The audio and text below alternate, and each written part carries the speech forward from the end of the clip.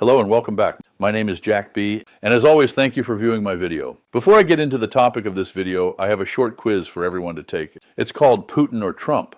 The purpose is to see if there are any clear differences between the two and to make us all think. Question number 1. Who bullies people to obtain what they want? Question number 2. Who silences their opposition, such as news reporters? Question number 3. Who removes their opposition from government positions? Question number 4. Who uses their position for personal financial gain? Question number 5, who is an autocrat? Question number 6, who takes care of the billionaire elites? Question number 7, who denies the truth even in the face of hard evidence? Question number 8, who fabricates or spins stories to invade sovereign countries? Now let's move on to the current topic. There is a lot of attention on the Trump administration over several major controversial issues. The one I will speak about in this episode is the bombing of so-called drug boats off the coast of Venezuela in international waters. I understand there were approximately 20 boats utterly destroyed and approximately 80 people killed so far in this excursion. Previously, the U.S. military group that handled these suspected drug boats was the U.S. Coast Guard. The process they used to perform the interdiction of the drug boats was legal, efficient, effective, and provided evidence, usually with no loss of life. The U.S. Coast Guard would stop and board the boats, confiscate the drugs, and arrest the people on the boat.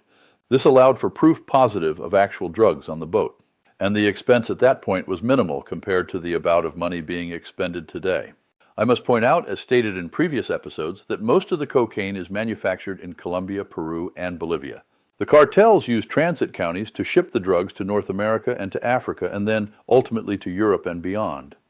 The cartels use Ecuador for the Pacific routes and Venezuela for the Caribbean and Atlantic routes. As I understand it, the cartels come to Ecuadorian and Venezuelan villages along the coast and force the local people to man the boats going to North America and Western Africa.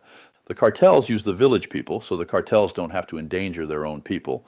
The cartels also consider the village people expendable. When you watch the Trump team hoop and howl about blowing up boats, killing people, and stopping drugs, one must wonder if they really know what is going on. First, they aren't killing cartel members. Second, there is no proof of drugs. Third, they are using excessive force. And finally, it's a waste of high-tech weapons and munitions. Not to mention it is a waste of taxpayers' money. The money expended on this operation, plus the $40 billion given to Argentina, could have been better spent on Americans. The administration has deployed 12 Navy warships, submarines, surveillance aircraft, an aircraft carrier, and F-35s stationed in Puerto Rico. Not to mention the manpower to support this expedition. The U.S. military is using precision-guided Hellfire missiles and other munitions from aircraft like the MQ-9 Reaper drone and the AC-130J gunship to strike alleged drug smuggling vessels. Officials are stating that the total cost of each strike typically runs into the hundreds of thousands of dollars. If they are admitting this amount in their estimation, then I am sure it is costing much more. In addition to the remotely controlled MQ-9 Reaper using Hellfire missiles and the AC-130J gunships and fighter jets using precision-guided munitions, naval vessels use their own weapon systems, such as the Mark 45 5-inch gun, which has a potential hypervelocity projectile costing an estimated 75,000 tax dollars to 100,000 tax dollars each. The primary munition is the Hellfire missile. The overall cost of a single operation is higher than just the munition itself, as it includes the cost per flight hour of the platform, drone or aircraft, and other operational expenses, leading to the total estimate of hundreds of thousands of dollars per strike. There is more of a U.S. military presence supporting the effort off the coast of Venezuela than anywhere else in the world. And the icing on this dastardly dubious debacle is the president openly authorizing the CIA to provide various plans and scenarios for questionable activities on Venezuelan sovereign soil.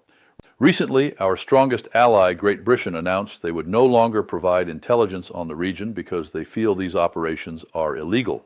The worldwide optics of these events are making the U.S. look bad. The administration's efforts only partially address the cocaine drug problem. All sorts of drugs enter the U.S. through other ports of entry, not to mention the deluge coming over the Mexican border. The Mexican border is probably the most heavily used entry point used for all drugs, especially fentanyl. In my opinion, the administration should focus more on the southern border of the U.S. I suspect active intervention there would be more effective. Also, I can't help but wonder why Trump is focused only on Venezuela. There is more to this story. If there is more to this saga, then I wish Trump would tell us the whole truth. I suspect more people might support his actions. Well, these are my thoughts for today. And as always, whether you agree or disagree, please verify the information presented. Thank you. And until next time, take care and be safe. Ooh.